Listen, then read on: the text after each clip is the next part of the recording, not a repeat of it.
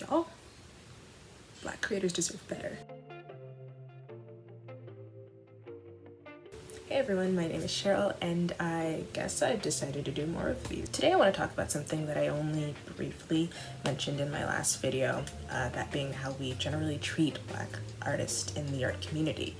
And in this video I want to talk about how we can do better to respect not only our Black, but also POC creators in the community. And I want to specifically talk about being Black in creative spaces because that is my lived experience. But I do still want to acknowledge that non-Black people of color do face their own struggles and challenges within the art industry. I just don't think that it's my place to speak on that. So it's been kind of hard writing the outline for this video because while it was inspired by one specific incident, in the week leading up to me filming this, there have been many incidents of anti-Black behavior since then, and mind you, made by more prolific creators that I still felt the need to include. But while it has been hard to adjust the focus, I think these ongoing incidents just show how prevalent these behaviors are. And this is by no means an exhaustive list, it's just what I've seen in the past week. And I'll just be talking about 3 separate incidents that I wanted to cover more in depth. So the first incident, and what inspired this video, came from a recent stream by the creator of a show who was talking about potential names for brothers of this one character named Bo, who was Black, or at least Black coded. And it started off with this joke saying, well, we know who would till the fields, and that character's name was So. And on the face of it, it might not seem something that is like something that's offensive or is racially insensitive. But when you take into account that one, this brother character would be Black, and also the history of Black people as enslaved people, as well as sharecroppers and farmers, because for a long time that was the only sort of jobs they could get, it starts to come off as racially insensitive. And you couple that with the photo, a sketch that was made of this character and said to be an inside joke for a while, I believe, to be part of an inside joke for a while within the crew. And that's a sort of blind spot that a non-Black and especially white person would have, because they wouldn't associate this depiction with slavery or with enslaved people, while people of our community can see clearly that it just plays into stereotypes. And while I don't think the person that made this joke is racist, I do think that it still shows the hidden biases and prejudices that non-Black people have towards Black people, as well as sort of begging the question, well, where are the Black people behind the scenes? You know, if this was a running joke, then that kind of tells me that there were no Black people to cross-reference. Hey everyone, I just wanted to put in a quick update. Noelle Stevenson, the showrunner of She-Ra, recently released another apology regarding her previous comments. I do think that this is a step in the right direction and is something that I'd like to see in the future for other prominent figures who do take missteps and are seeking to correct them. And that'll be a topic for later on. But when it came time for this person to apologize, there were a lot of people who came to their defense almost immediately.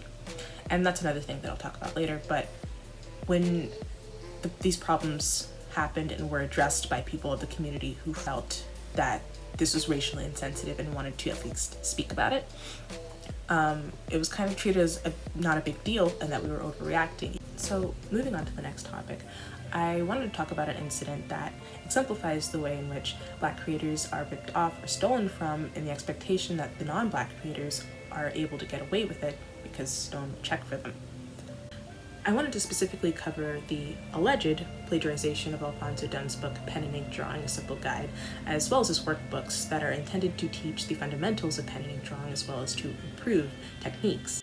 So this whole controversy started when Alfonso Dunn made a YouTube video that discussed Jake Parker's upcoming book Inktober all year long.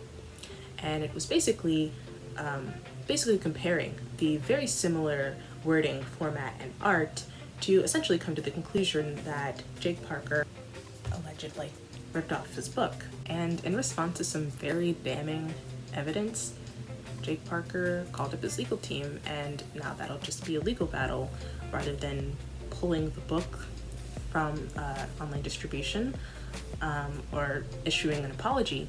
And it's kind of hard to not see the racial dynamics at play. where not only did a white man allegedly plagiarize from a black man's work, but he's now suing Mr. Dunn, even though his book really predates Jake Parker's book, but also took longer than Parker's version. And you can definitely see this online, though to a much smaller scale, when you see black people, black artists who tend to speak out also tend to end up on these Twitter blockchains. Twitter blockchain is a Chrome extension that not only allows you to block someone, but also block their following. This could be helpful in times of harassment, where it's much easier to just block the following of someone who has hurt you. But unfortunately, this has also been a tool that, whether knowingly or unknowingly, has been used to block BIPOC when they speak up against perceived prejudices. And with many non-black artists blocking not only, again, these black artists as well as their followings, it kind of has this sort of segregated art community where black people who do speak up for things can end up on these blockchains and also essentially be blacklisted from these communities, or at least not show up in searches. And this practice not only leads to less visibility, but it can also hinder your opportunities, where if you're on these blockchains, there are less people who are able to see you and less people to share your work within more important spaces, as well as what I talked about in my last video, where people are turning to social media to find people to add to their crew, which means that if you are on a number of Twitter blockchains, which is where I believe most people find these crew members, then you're less likely to be sought out and less likely to be found. And that only means that less people will be willing to speak out against perceived prejudice, racism, stereotypes, sexism, because there's this very valid and very real fear that they will be essentially blacklisted. And so, ending with those three topics, I think what really links them together is that we really do, not only do we need black people in spaces of writers, in spaces of creative consultation, but to also create an environment where we are welcome in these spaces. I think the main message is that throughout the summer and throughout the greater visibility of the Black Lives Matter movement, people have been asking themselves ways to be better allies. And I say that if you really want to put your allyship to the test, then you need to hire more black writers. You need to advocate for black writers and creators. And you should support our separate endeavors if we choose not to work within the studio system. Ask yourselves why your writer's room looks like a blank piece of paper, especially when you're working on a show that heavily features BIPOC or even just black characters, music, culture. Do you have someone on the writer's room who can speak to those experiences? But I also want to mention that hiring black creators is not the end, right? You have to be ready to address racism in your workplace when it comes to language, jokes, action, etc., as well as being wary of the language used to describe other colleagues. Do people typically call them angry, hard to deal with, or troublemakers? So yeah, the end of this video is really just sort of saying that non-black people really do need to seek out the information, really educate themselves, and making sure that in their workplace that they are ready and willing to stand up and try to speak out about this. And I guess I'll just end this by saying that my experience and what I've seen, you know, it's not a universal experience. It's just what I, as a black person, have noticed in the wider creative sphere, at least on the internet. So to cap off, to my fellow black creators, we deserve a space to be able to voice our criticism of perceived harmful language or behavior. We deserve to be able to tell our own stories. And just in general, we deserve better than the treatment we've been given. So that's all I have planned for this video. As always, I'm open to having a very educated, stimulating sort of discussion about this topic. If you want to see more, you can subscribe, but if you want to see me more active, you can follow me on my Twitter, and if you're just here for art and animation, you can follow me on my Instagram. So see you guys next time. Bye. Allegedly.